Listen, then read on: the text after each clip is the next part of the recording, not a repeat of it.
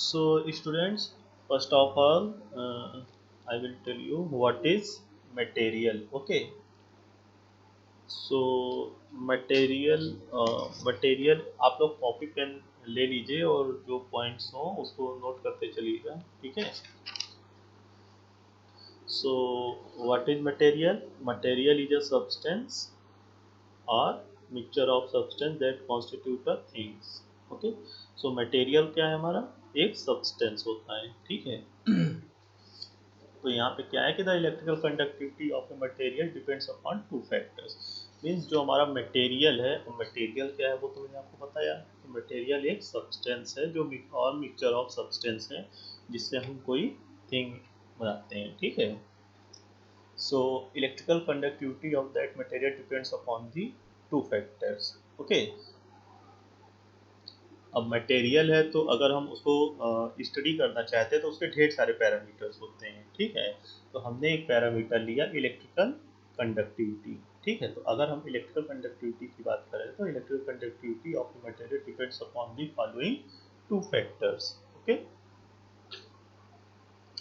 दो फैक्टर्स कौन से हैं? The gap between the valence band and conduction band of the material. This gap is called forwarding energy gap और band gap. Okay. सो valence band conduction band क्या है ये मैं भी आगे एक्सप्लेन करूंगा. ठीक है. एंड सेकेंड फैक्टर क्या है? The number of free charge carriers available for unit volume of the materials. Okay. So students यहाँ पे जो फ्री चार्ज कैरियर्स की बात हो रही है तो फ्री चार्ज कैरियर्स में देखो जहाँ पर भी हम ये टर्म आएगा चार्ज करें वहाँ पर अंडर स्टूडेंट की हम बात कर रहे हैं इलेक्ट्रॉन्स एंड होल्स की. ठीक है. चार्ज कैरियर की जहाँ पर अगर हम सिंपली इलेक्ट्रॉन्स की बात कर रहे हैं तो हम बात करेंगे इलेक्ट्रॉन्स की. अगर हम बात कर रहे हैं सिर्फ होल्स की तो हम कहेंगे होल्स. बट अगर हम दोनों की बात कर रहे हैं तो हम क्या टर्म यूज करेंगे? Charge carriers, free charge carriers. Okay. Accordingly so accordingly various materials means material भी आप लोगों ने केमिस्ट्री में पढ़ा होगा पीरियोडिक टेबल में. वहाँ पर ढेर सारे मटेरियल्स हैं. ठीक है. ढेर सारे एलिमेंट्स हैं. मटेरियल्स नहीं ढेर सारे एलिमेंट्स हैं. तो अगर उन एलिमेंट्स को हम कैटेगराइज करते हैं तो उसमें भी कुछ कंडक्टर होंगे, कुछ सेमी कंडक्टर होंगे, कुछ इंसुलेटर्स होंगे. ठीक है. तो उसी तरीके से ढेर सारे मटेरियल्स हैं यानी एलिमेंट्स हैं. ठीक है. तो अगर हम उनको क्लासिफाई करते हैं जितने भी हमारे नोन हैं तो उनको हम तीन कैटेगरी में डिवाइड कर सकते हैं. किस बेस पर?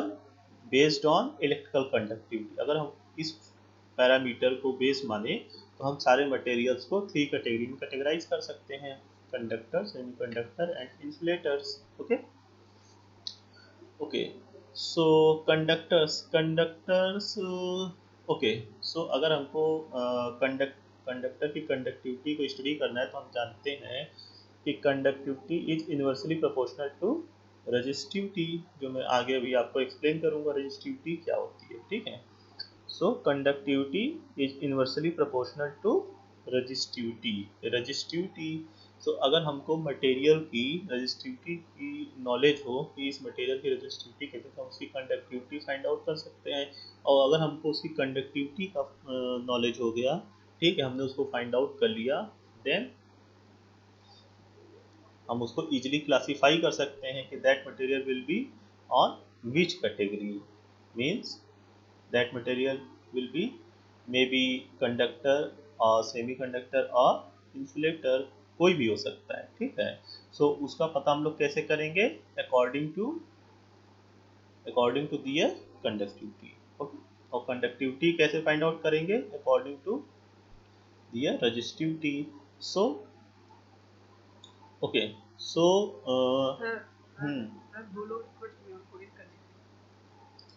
ओके.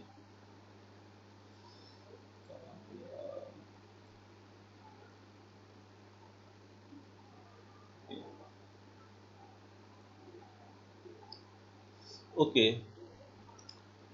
सो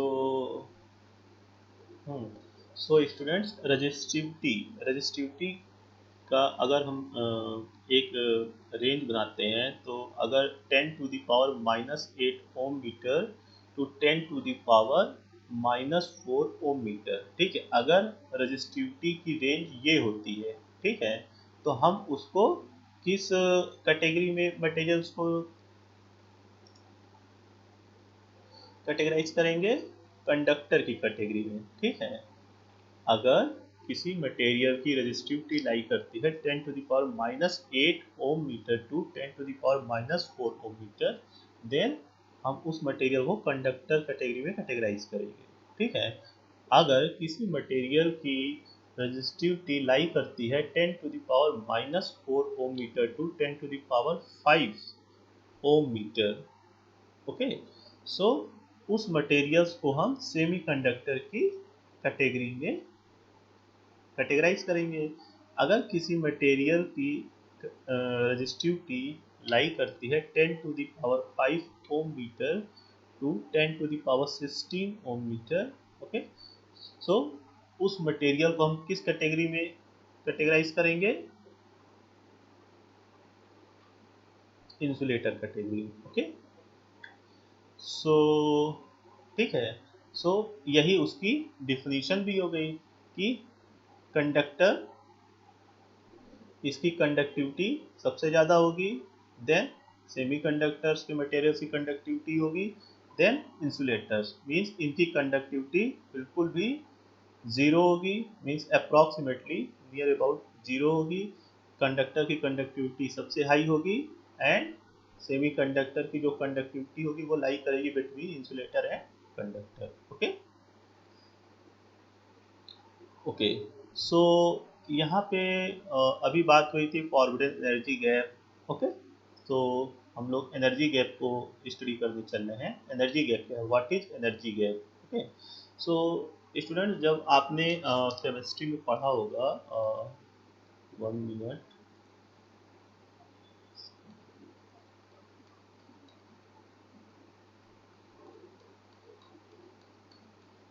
ऐसे जैसे आपने केमिस्ट्री में पढ़ा होगा तो आपने किसी मटेरियल्स को जैसे उसका इलेक्ट्रॉनिक कॉन्फ़िगरेशन करते हैं, तो ये आप लोगों ने केमिस्ट्री में पढ़ा होगा।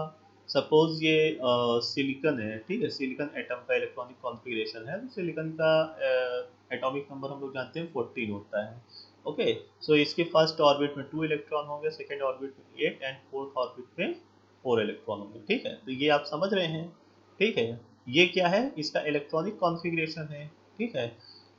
ओके, सो किसी भी मटेरियल के लिए उसका ये जो आउटर ऑर्बिट होता है, ठीक है, ये उसका क्या होता है?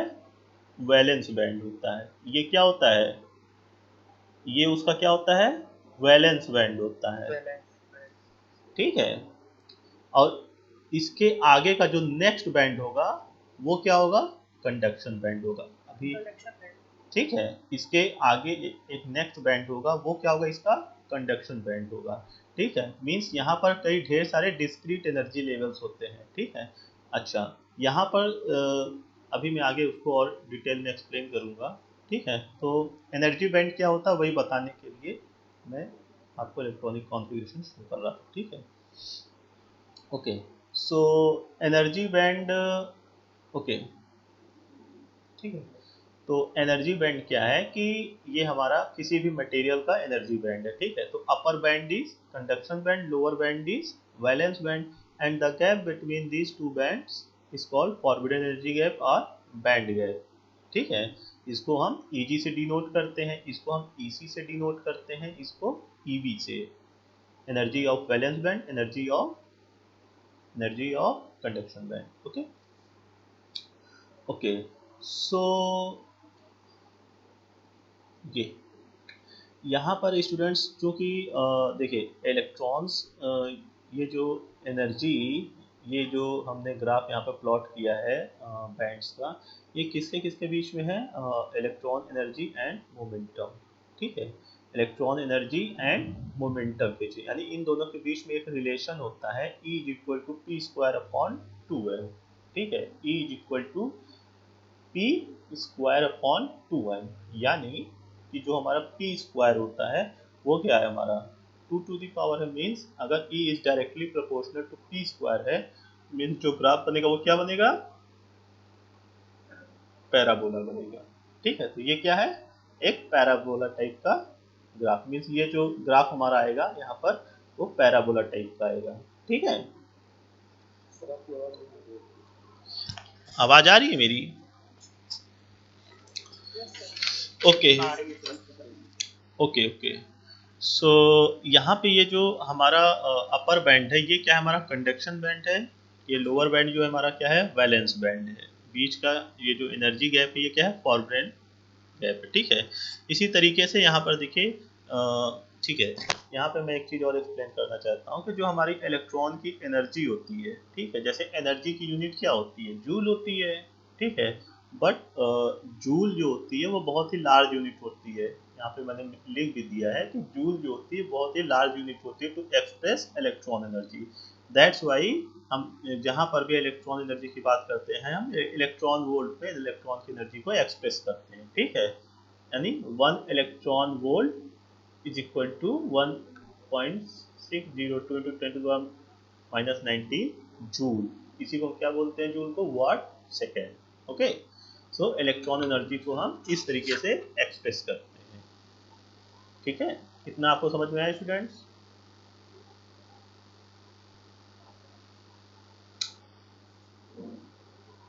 स्टूडेंट्स यहाँ तक क्लियर हुआ? ओके। सो स्टूडेंट्स, ओके, सो अभी मैंने आपको बताया कि देखिए, जैसे अभी मैंने सिलिकॉन का आपको इलेक्ट्रॉनिक कॉन्फ़िगरेशन दिखाया था, तो वहाँ पर पहले ऑर्बिट में 2 इलेक्ट्रॉन थे, सेकंड ऑर्बिट में 8 इलेक्ट्रॉन, थर्ड ऑर्बिट में 4 इलेक्ट्रॉन थे। ठीक है। तो वैसे ही मैंने बताया ना कि ढेर सारे डिस्क्रीट एनर्जी लेवल्स होते हैं। ठीक है। जैसे मान लो ये हमारा सिलिकॉन का क्या है, सपोज एग्जांपल के लिए कि ये हमारा आउटर ऑर्बिट है। ठीक है। ये valence level, outer most shell. ठीक है। तो ये थर्ड ऑर्बिट था, मीन्स सेकेंड ऑर्बिट क्या होगा? Second level, inner shell. ठीक है। इसी तरीके से उसके अंदर भी एक सेल था, फर्स्ट।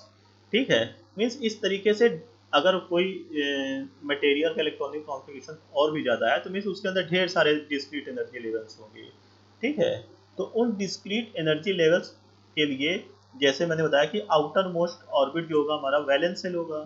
ठीक है। मीन्स इसके हाई लेवल पर जब इलेक्ट्रॉन्स यहाँ से वैलेंस सेल से, वैलेंस लेवल से फ्री होगा, मीन्स फ्रीली मूव करेगा स्ट्रक्चर में, तो वो क्या होगा? कंडक्शन बैंड होगा। उसको हम क्या कहते हैं? Conduction band. तो इसी तरीके से सिमिलरली इस लेवल के लिए जो हमारा सेकेंड लेवल है, इनर सेल है, अगर हम इसको वैलेंस लेवल मानेंगे, तो ये जो टॉप लेवल है, इसको ये क्या हो जाएगा? इसके लिए ये इसके लिए कंडक्शन बैंड हो जाएगा। ठीक है। अगर हम इस सेकेंड वाले को, ठीक है, ये दिख रहा है नहीं दिख रहा है?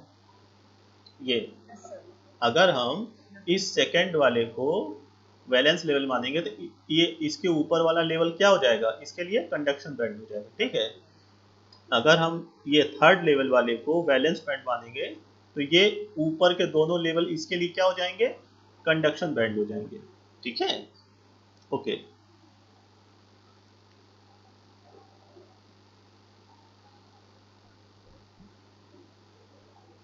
ओके।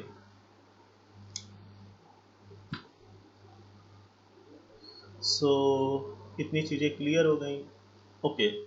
सो अगर हम मटेरियल्स को, मीन्स अभी हमने बताया कि अगर हम according to the electrical conductivity material को क्लासीफाई करते हैं, तो हमने 3 कैटेगरीज में उसको क्लासीफाई किया: कंडक्टर, सेमीकंडक्टर एंड इंसुलेटर।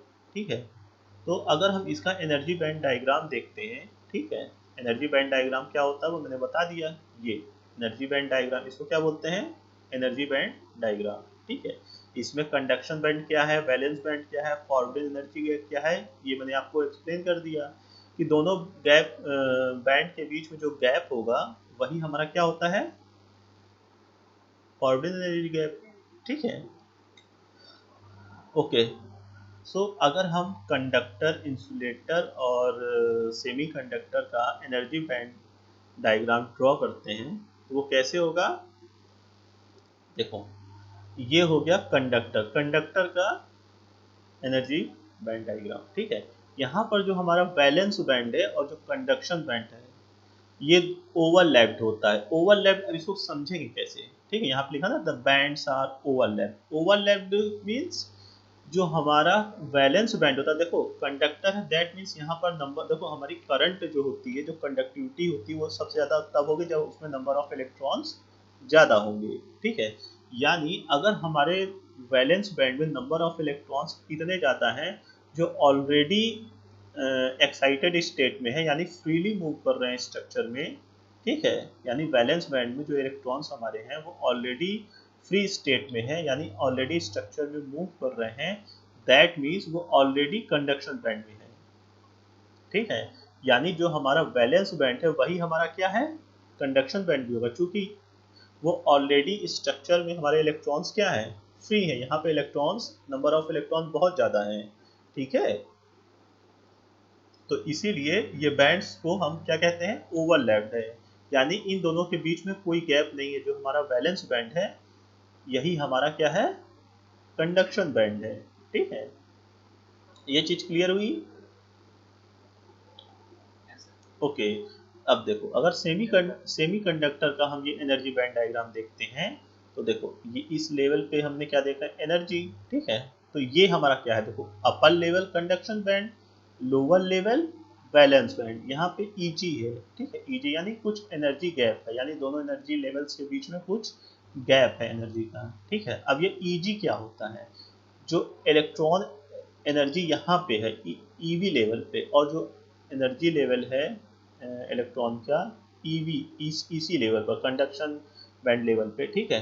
दोनों का जब हम माइनस करेंगे, यानी Eg is equal to E C minus E V, E C minus E V, तो जो एनर्जी डिफरेंस आएगा वही किसके बराबर होगा, Eg के बराबर होगा, ठीक है।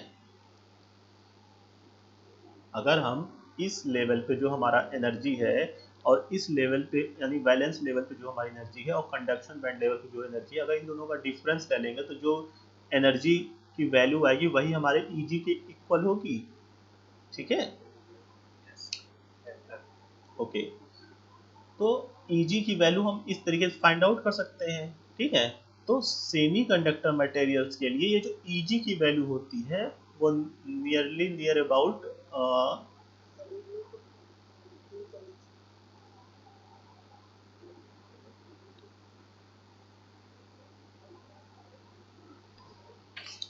ये जो ये जो Eg की वैल्यू होती है, ये सेमी कंडक्टर मटेरियल्स के लिए, देखो Eg की वैल्यू कंडक्टर के लिए तो 0 इलेक्ट्रॉन वोल्ट होगी, 0 इलेक्ट्रॉन वोल्ट होगी, क्योंकि यहाँ पे ऑलरेडी जो हमारा कंडक्शन बैंड है वो सॉरी वैलेंस बैंड है वो ऑलरेडी हमारा वही हमारा कंडक्शन बैंड भी है। यहाँ पर क्या है, Eg डिफरेंस है, ठीक है। यहाँ पर थोड़ा डिफरेंस है, तो ये Eg की वैल्यू होगी, ये नियर अबाउट होती है 1 इलेक्ट्रॉन वोल्ट, ठीक है। नियर अबाउट 1 इलेक्ट्रॉन वोल्ट से लेकर होती है अप्रॉक्सीमेटली 2.5 इलेक्ट्रॉन वोल्ट तक होती है, ठीक है। Eg की value for semiconductor materials, okay. अब यहाँ से वैलेंस बैंड से जो इलेक्ट्रॉन कंडक्शन बैंड में आते हैं वो हमारे क्या कहलाते हैं, फ्री इलेक्ट्रॉन्स। यही फ्री इलेक्ट्रॉन्स हमारे स्ट्रक्चर में मूव करते हैं, जिनके मूवमेंट के थ्रू करंट सर्किट में फ्लो करती है, ठीक है। देखो ये स्ट्रक्चर हमारा किसके लिए है, ये हमारा इंसुलेटर का एनर्जी बैंड डायग्राम है, ठीक है। इंसुलेटर के लिए है, ठीक। दैट मीन्स देखो यहाँ पे देखो ये ये दिख रहा है ना यहाँ पे, हाँ यहाँ पे देखिए, ये जो हमारा कंडक्शन बैंड एनर्जी लेवल है ये हमारा वैलेंस बैंड लेवल है, ठीक है। यहाँ पर देखिए ये गैपिंग बहुत ही ज़्यादा है, ठीक है। यहाँ पर जो हमारा दोनों बैंड के बीच में जो हमारी गैप है वो बहुत ही लार्ज है, large in the term of Eg, यानी जो हमारी Eg की वैल्यू है वो हमारी ग्रेटर देन 7 इलेक्ट्रॉन वोल्ट है, या ठीक है, या 7 इलेक्ट्रॉन वोल्ट है उससे ज़्यादा है।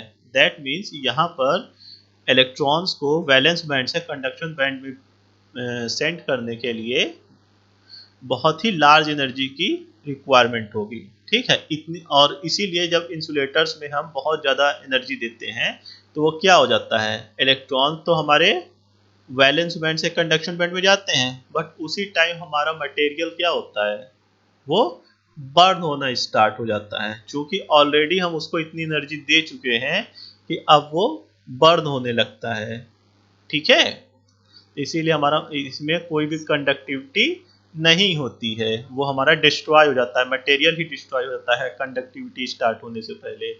क्योंकि इन दोनों के बीच में जो हमारा Eg है वो उसकी वैल्यू बहुत ही ज़्यादा है, ठीक है। दोनों बैंड के बीच में जो गैप है उसकी वैल्यू बहुत ही ज़्यादा है, ठीक है। इतना समझ में आया स्टूडेंट्स? ओके।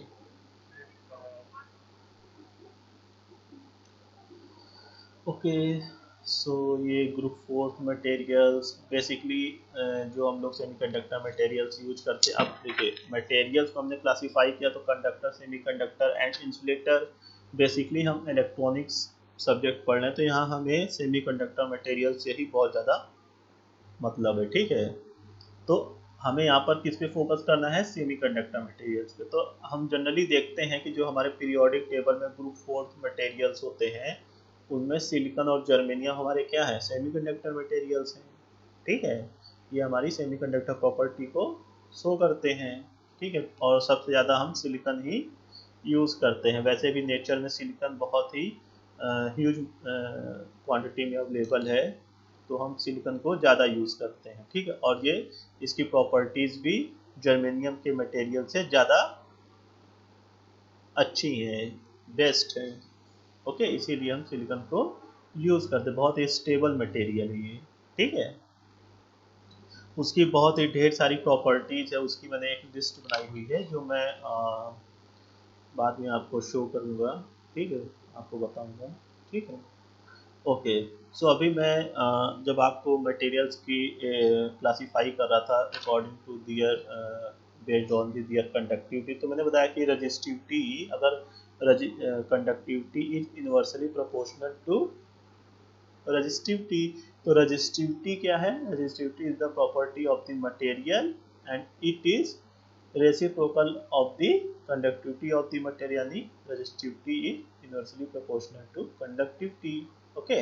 यानी अगर कंडक्टिविटी हमारी हायर होगी तो रजिस्टिविटी क्या होगी, हमारी लो होगी, ओके। और अगर हमारी रजिस्टिविटी हाई होगी तो कंडक्टिविटी लो होगी, ठीक। सो मैथमेटिकली यहाँ पर रेजिस्टिविटी को डिफाइन किया गया है, इसको हम रो से डिफाइन करते हैं और कंडक्टिविटी को सिग्मा से डिफाइन करते हैं। So rho is equal to R A by L ohm centimetre, okay. So ये यहाँ पर रेजिस्टिविटी को डिफाइन किया गया, आर रेजिस्टेंस और ये कंडक्टर है, इसकी रेजिस्टिविटी फाइंड आउट की गई है थ्रू दिस फॉर्मूला, ओके।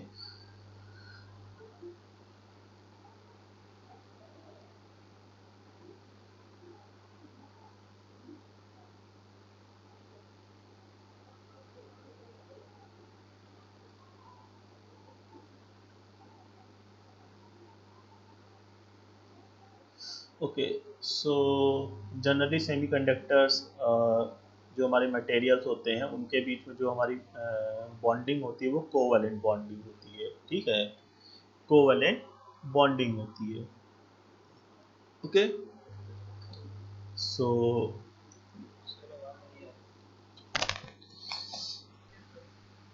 अभी आवाज आ रही है स्टूडेंट्स?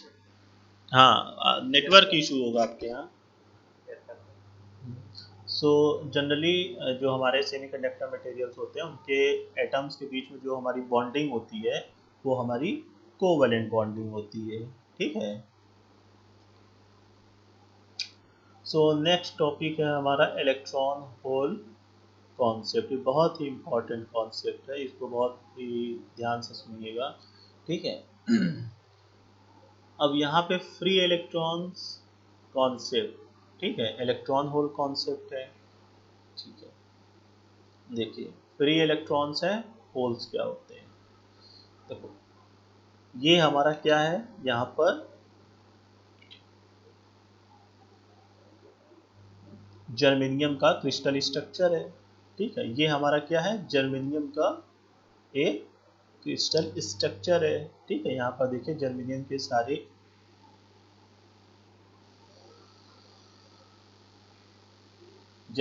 सारे एटम्स कोवैलेंटली बाउंडेड है एक दूसरे से, ठीक है। जब अगर हम इस क्रिस्टल स्ट्रक्चर को बाहर से कुछ एनर्जी देंगे तो कोई भी इलेक्ट्रॉन स्ट्रक्चर्स में कहीं पर भी उस एनर्जी को एब्जॉर्ब करेगा तो क्या होगा, उस इलेक्ट्रॉन की एनर्जी ज़्यादा हो जाएगी, हाई हो जाएगी, यानी वो अपने वैलेंस बैंड से जंप करके कहाँ जाएगा, कंडक्शन बैंड में। दैट मीन्स अब वो गया कहाँ पे, कंडक्शन बैंड में। यानी अब इस ये जो इलेक्ट्रॉन यहाँ पर बाउंड था इस कोवैलेंट बॉन्ड के थ्रू, उसके पास खुद इतनी एनर्जी हो गई है वो कि वो इस कोवैलेंट बॉन्ड को ब्रेक कर दिया। ठीक है, और इस बॉन्ड एनर्जी जिसके थ्रू वो यहाँ पे बाउंड था उसको ब्रेक करके अब इस स्ट्रक्चर में फ्रीली मूव करने के लिए फ्री हो गया है। ठीक है, उसके पास इतनी एनर्जी है, यानी अब वो कहाँ पर है, उसका प्रेजेंट स्टेट क्या है, कंडक्शन बैंड। ठीक है, तो अब देखो इलेक्ट्रॉन तो यहाँ से मूव कर गया, बट यहाँ पर इस कोवैलेंट बॉन्ड को कंप्लीट करने के लिए एक इलेक्ट्रॉन चाहिए। ठीक है, तभी ये कोवैलेंट बॉन्ड कंप्लीट होगा। यानी यहाँ से इस बॉन्ड से जो इलेक्ट्रॉन यहाँ से अपनी प्लेस से मूव करके गया है तो यहाँ पर एक वैकेंसी क्रिएट हो जाती है। ठीक है, यहाँ पर एक वैकेंसी क्रिएट, यानी यहाँ पे एक इलेक्ट्रॉन की रिक्वायरमेंट है। यही वैकेंसी हमारी होल कहलाती है। यही वैकेंसी जो है वो क्या है, होल। और जो इलेक्ट्रॉन इस प्लेस से फ्री होकर स्ट्रक्चर में फ्रीली मूव कर रहा है उसको हम क्या बोलते हैं, फ्री इलेक्ट्रॉन।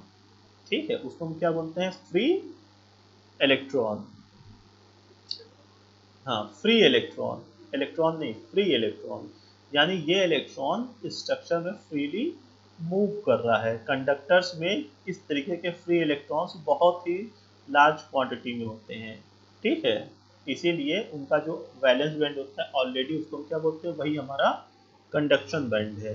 ठीक है, क्योंकि ऑलरेडी कंडक्टर्स में ढेर सारे फ्री इलेक्ट्रॉन्स हैं। ठीक है, ये ये कॉन्सेप्ट क्लियर हुआ।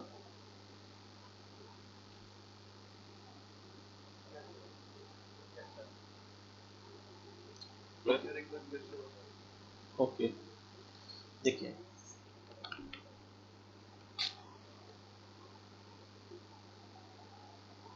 देखिए ये हमारा एक जर्मेनियम का क्रिस्टल स्ट्रक्चर है जिसको अभी हमने कोई एक्सटर्नल सोर्स से कोई एनर्जी नहीं दी है। तो इसके देखिए सारे इलेक्ट्रॉन्स एक दूसरे से कोवैलेंटली बाउंडेड है।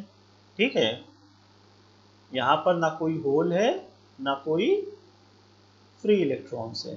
ठीक है, बट अब इस स्ट्रक्चर को देखिए, अब अगर हमने इस जर्मेनियम क्रिस्टल स्ट्रक्चर को एक्सटर्नल सोर्स से कुछ एनर्जी दिया, ठीक है, तो वो एनर्जी की कोई इलेक्ट्रॉन एब्जॉर्ब करेगा। ठीक है, वो एनर्जी इलेक्ट्रॉन्स द्वारा एब्जॉर्ब की जाएगी। अब सपोज किसी प्लेस पर, सपोज यहाँ से कोई इलेक्ट्रॉन जिसकी एनर्जी इतनी ज़्यादा हो गई कि उसने इस कोवैलेंट बॉन्ड की जो एनर्जी थी उसको ब्रेक कर दिया, यानी अब वो इस जो यहाँ पर बॉन्ड एनर्जी के थ्रू यहाँ पर वो बाउंडेड था, या उससे ज़्यादा एनर्जी हो गई किसकी, इस इलेक्ट्रॉन की। तो क्या करेगा, इस प्लेस से यहाँ से मूव कर जाएगा और स्ट्रक्चर में रैंडमली मूव करने लगेगा। ठीक है, रैंडमली मूव करेगा या इसे हम क्या कहते हैं, फ्रीली मूव करेगा। ठीक है, तो यहाँ से तो इलेक्ट्रॉन मूव कर गया, बट इस बॉन्ड को बने रहने के लिए, ठीक है, यहाँ पर एक इलेक्ट्रॉन की रिक्वायरमेंट हो गई, क्योंकि यहाँ पर इलेक्ट्रॉन था, अब वो तो यहाँ से मूव कर गया, बट यहाँ पर एक वैकेंसी क्रिएट हो गई ना। इस बॉन्ड को बने रहने के लिए दो इलेक्ट्रॉन चाहिए, एक तो है, एक और चाहिए। तो जो इलेक्ट्रॉन यहाँ से मूव कर गया उसके प्लेस पर एक वैकेंसी क्रिएट हो गई। ठीक है, वैकेंसी क्रिएट हो गई, तो उस वैकेंसी को हम क्या कहते हैं, होल। और जो इलेक्ट्रॉन यहाँ से मूव कर गया उसको हम क्या कहते हैं, फ्री इलेक्ट्रॉन। ठीक है, ऐसे समझिए जैसे कोई कंपनी है, वहाँ पर 5 एम्प्लॉय काम करते थे। ठीक है, अभी एक एम्प्लॉय को वहाँ पे हायर सैलरी पैकेज मिला, वो वहाँ से छोड़ के चला गया, तो अभी उस कंपनी में कितने एम्प्लॉय रह गए, 4 एम्प्लॉय रह गए। यानी एक एम्प्लॉय की रिक्वायरमेंट है, तो जो जॉब वैकेंसी वहाँ पे क्रिएट हुई उसको क्या कहते हैं, होल कहा गया यहाँ पे। ठीक है, और जो एक कैंडिडेट की रिक्वायरमेंट है वो क्या है, इलेक्ट्रॉन है। ठीक है, समझ में आया स्टूडेंट्स? ओके, सो यही था हमारा क्या, फ्री स्ट्रक्चर में फ्री इलेक्ट्रॉन एंड होल का कॉन्सेप्ट। ठीक है,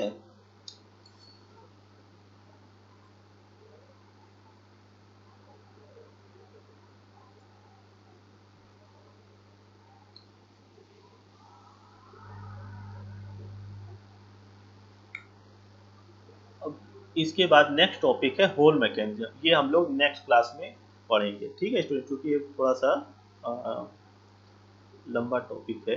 ठीक है, होल मैकेनिज्म इसको आपको डीपली समझना पड़ेगा, क्योंकि ये बहुत ही इम्पोर्टेंट टॉपिक है, hole mechanism. Okay, so student इसको हम लोग नेक्स्ट क्लास में कवर करेंगे। ठीक है।